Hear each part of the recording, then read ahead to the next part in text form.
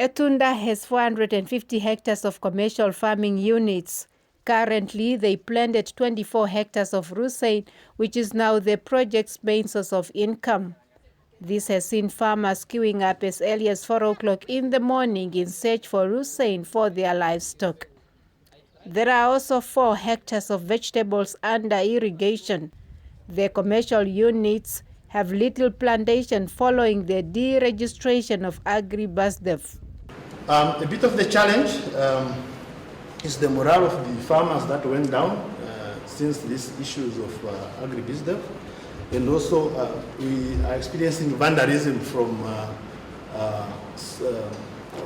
community members of property, especially now since you see this farm is a stretch of 22 kilometers and farmers are not, I mean there is no production on those units, so people are vandalizing. They are mostly cutting the fence, they are pushing in their animals, and then they are vandalizing the irrigation system. Shiliomuno informed Prime Minister Sarakugongelwa Amadhira during her visit to the project of his concern regarding the procurement system, where decisions are still made in Windhoek, even in times of emergencies, which he says causes delays.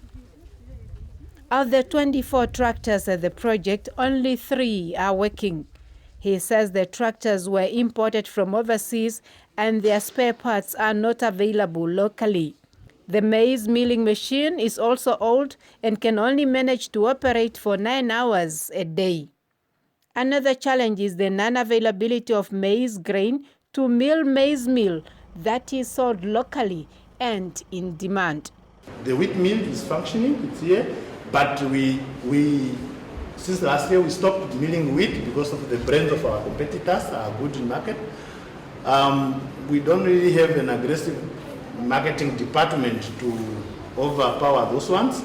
So what we do is with wheat we just produce grains and we sell them to millers like Bokomo and Namib mills. Small-scale farmers also raised matters with the Prime Minister, such as dilapidated houses that were built in 1991. Low water pressure caused by old pipes and pumps at the project has led to the wilting of crops, whilst a lack of market for their produce is also problematic.